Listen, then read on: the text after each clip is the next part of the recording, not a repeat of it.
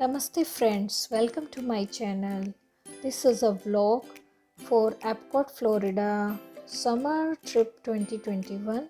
So here I have tried to cover some of the rides and attractions which we saw in the Epcot Florida. So there was going on some flower and garden festival which was so mesmerizing. All the plants and things. Orchids. See, so many orchids.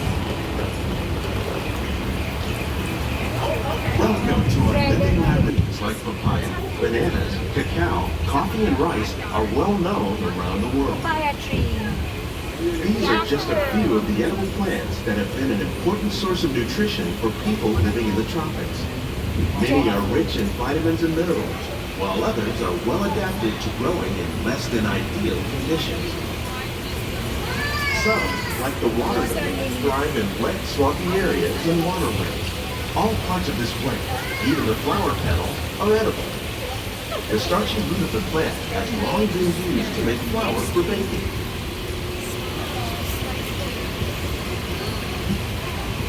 One day, many of these lesser-known tropical plants may be as important as the bananas growing on both sides of the boat. Oh my god. More than 28 million tons of bananas are eaten annually, making it the most popular fruit in the world.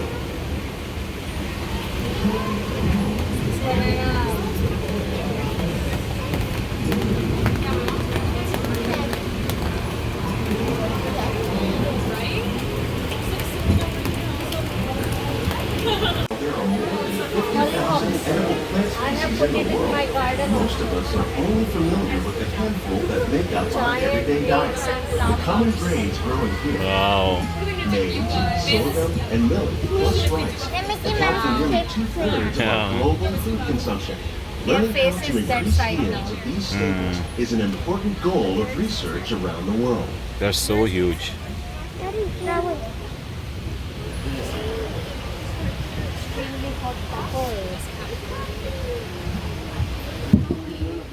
Basils.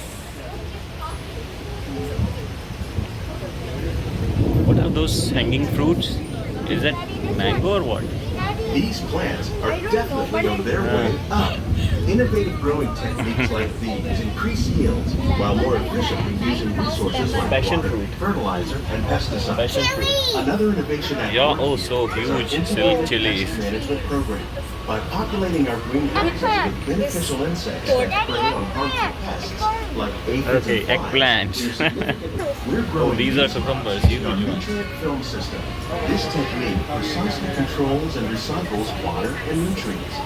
With it, we can produce over 27,000 heads of lettuce a year in this one small area. So organized lettuce. Yeah. And see, they made a flower out of those.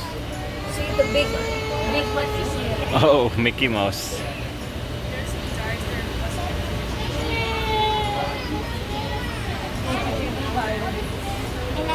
Cherries. Oh, tomatoes. Some of our best ideas have been inspired by nature, like these fruit and vegetable trees. By growing these ground plants vertically, we can increase yields and better control Which one is cherry diseases. tomato? These crops taste as Oh yeah, good these as are they big look. tomatoes. Cherry In tomatoes fact, went back, yeah. We serve more than 15 tons of Wow. produce from our greenhouses in restaurants here at the land every year. Zucchini, cucumber, oh my god. Mmm, karela. Mhm. Carrots are long, like cucumbers. Okay. And now this is spinach. Radishes.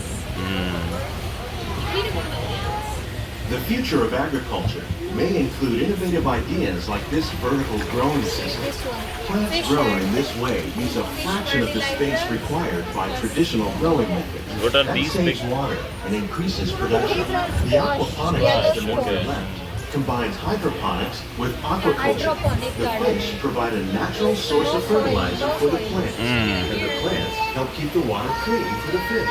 It's another great way to produce more while using less.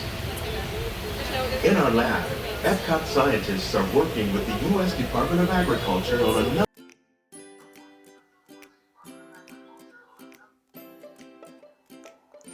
This was in the Mexico Pavilion, this ride. They have covered all their culture, living style, and music. So it was really nice. And above that, there was a restaurant. So when you are eating, you can actually see all the people who are taking rides and all these beautiful things. So yeah, it is very attractive too.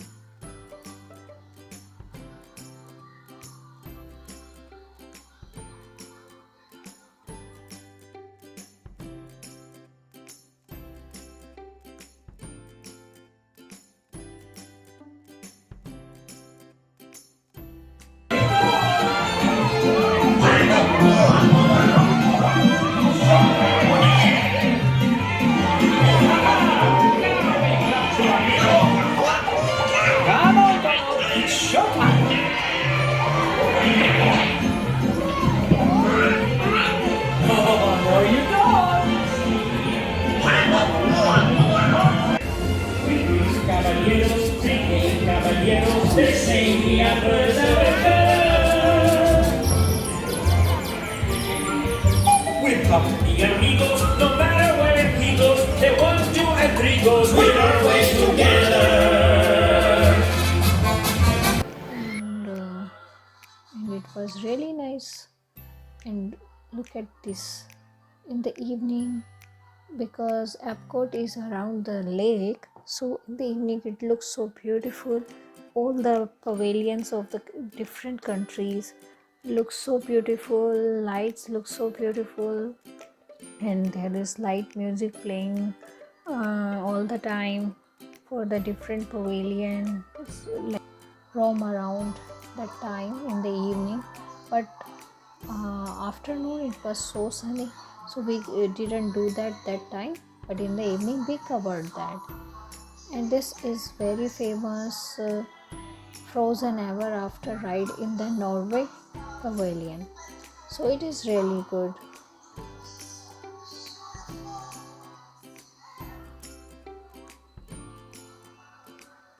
So for this ride there was a very long queue there, so it took like for us 1 hour queue to reach to this ride, but it was worth it. It was really good. I have covered only the slow part here, so after that some parts there it was like back ride and it was very speedy, so that part I couldn't cover. I was also enjoying there all the time. I was not using my camera because I wanted to enjoy there as well.